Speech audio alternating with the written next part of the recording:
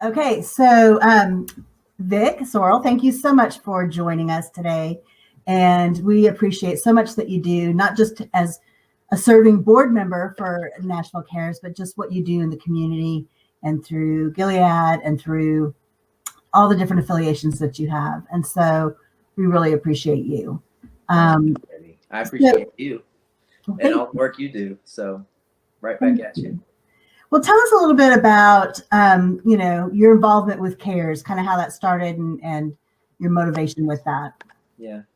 So synchronistically, I began working at CARES in 2008. It was my first job in HIV.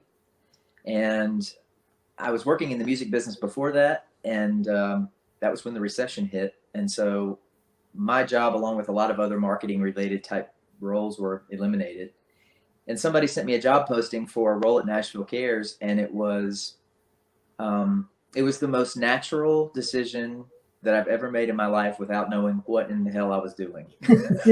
And that's the complete truth. I had no idea what the role would be like or how I might be suited.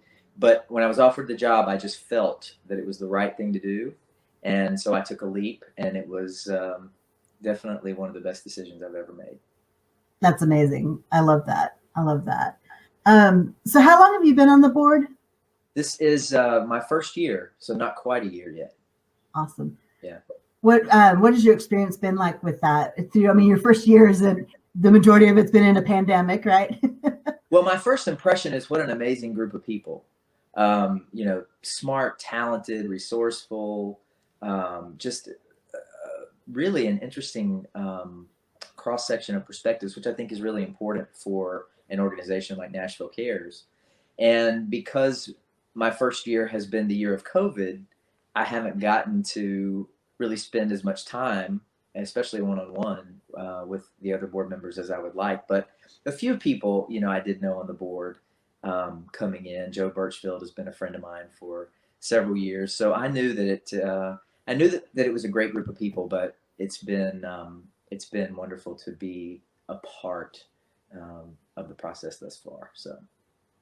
That's awesome. Well, I know also, our CEO, this is her first year with us, right out of the bat, hit with a tornado and then a pandemic. And so I know that she appreciates the board so much and their leadership and guide through all of this as she's trying to navigate all those crazy waters as well. So. Yeah. And I'll just say, what an amazing human to, come in, especially like you said, during the midst of so many different challenges and just continue to rise and deliver and support the organization and lead. And just there aren't enough good things, I don't think, to say about how this year has gone despite the challenges. Yeah, I would agree. So, Nashville is rich with nonprofits. And, so many out there to choose from. Why Nashville CARES? Well, two reasons for me. Number one is that a lot of people don't realize that we still have about 40,000 new HIV infections in the country every year. And we have a significant number in Nashville every year. And, when I started working in HIV, tools like PrEP were not available at that point. Mm-hmm. So pre-exposure prophylaxis, meaning the one pill once a day to prevent HIV.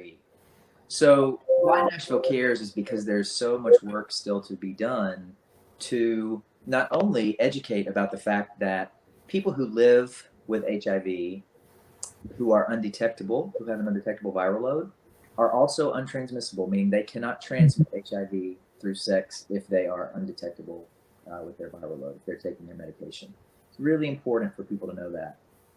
Also, the prevention options, information about the prevention options and connection to prevention services is so important so that we can address the thing that I said in the beginning, the 40,000 new infections in the country every year.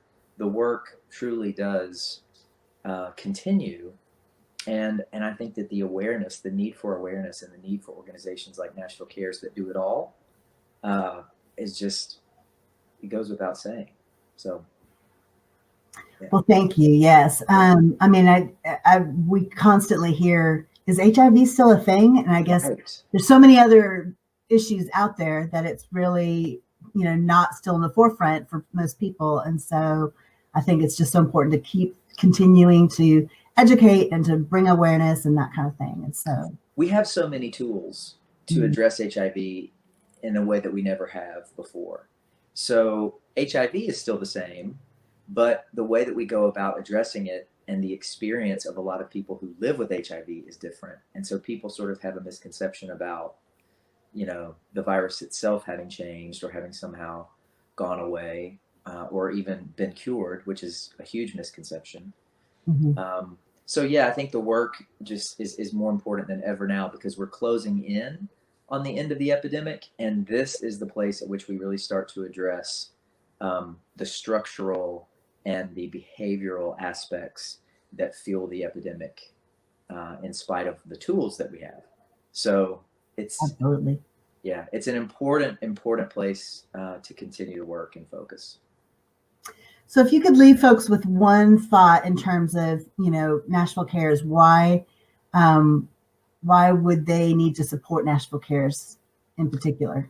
Well, for me, Nashville Cares is an organization that is made up of real heart-centered people serving real heart-centered people.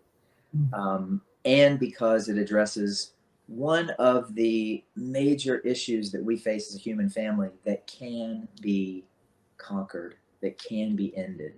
So Nashville Cares because it's truly a way to make a significant change in our own community.